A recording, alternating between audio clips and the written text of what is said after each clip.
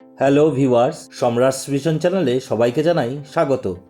আজকে আরও একটি মনসা ঠাকুরের উপরে ভিডিও নিয়ে তোমাদের সামনে উপস্থিত হয়েছি। আজকের ভিডিওটিতে মূলত থাকছে মনসা ঠাকুরের মুখ শেডিং করা এবং মনসা ঠাকুরের মুখের উজ্জ্বলতা আনার পদ্ধতি।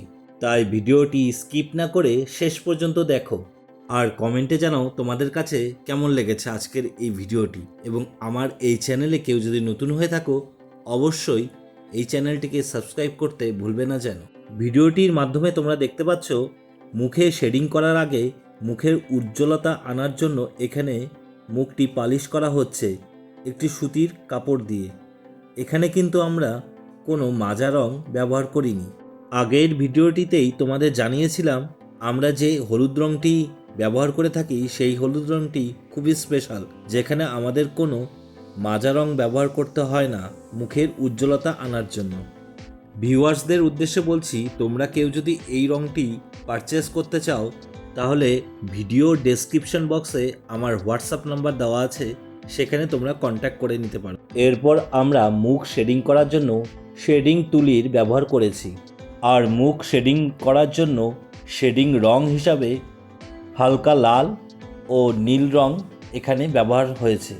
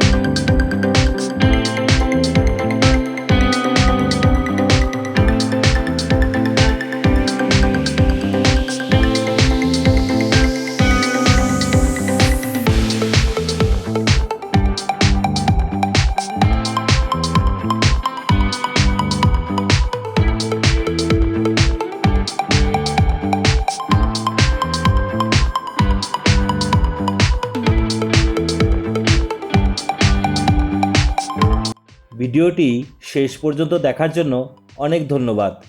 পরবর্তীতে দেখা হচ্ছে আরেকটি নতুন ভিডিওর সাথে।